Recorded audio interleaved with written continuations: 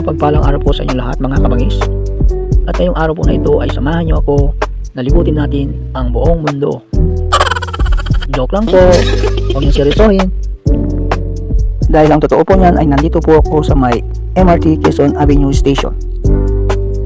Papasok po ako ngayon sa aking trabaho. Ayan po, at nag-aabang po ako ng train dito. Mas mabilis po kasi kapag sumakay ako ng train, dire-diretso lang at walang traffic kumpara po kapag sumakay ka po, nag-commute sa iba. At ayan na nga, dumating na yung train pero sa kabilang linya pala. Pero wait lang, ay paparating na pala ang train na yun, sa kabila. Kaya guys, sasakay na rin ako. Samahan nyo ako sa pagsakay. At ayan na nga po, nakasakay na rin ako ng train sa wakas. Nasa loob na po ako. At napansin ko lang po medyo kukunti lang yung pasahero. Di kagaya kapag rush hour, talagang sobra po yung tao sa loob. Siksikan talaga, di ka halos makagalaw. Ayan po sa kabila, medyo kukunti din po. Maya maya po ay bababa na rin ako. Malapit-lapit na po ako.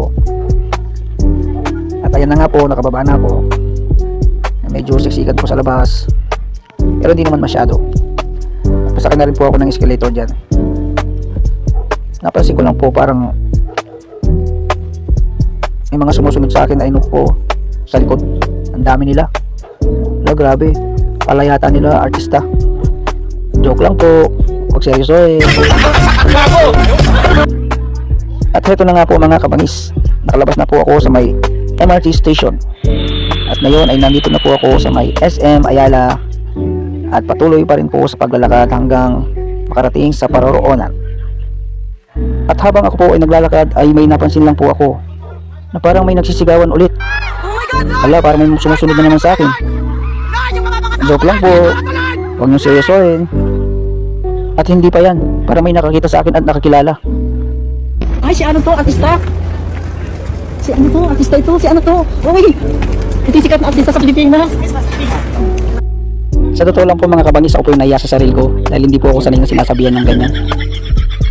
Kaya ito, patuloy pa rin po ako sa aking paglalakad at tignan na lang po sa mga nakakakita sa akin at nakakapansin.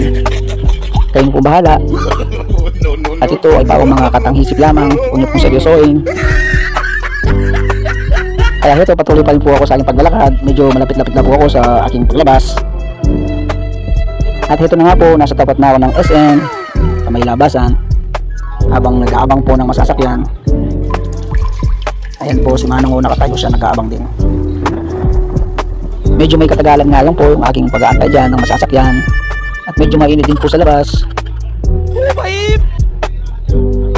At ayan nga po, nakatayo pa rin ako habang sinisilip-silip kung may paparating na masasakyan.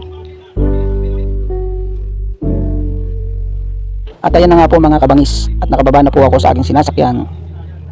At papasok na rin po ako ulit sa isang mall sa may Makati Square.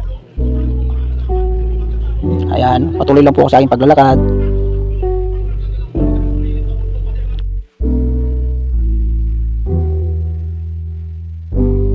At ayan po, nasa loob na rin ako sa wakas.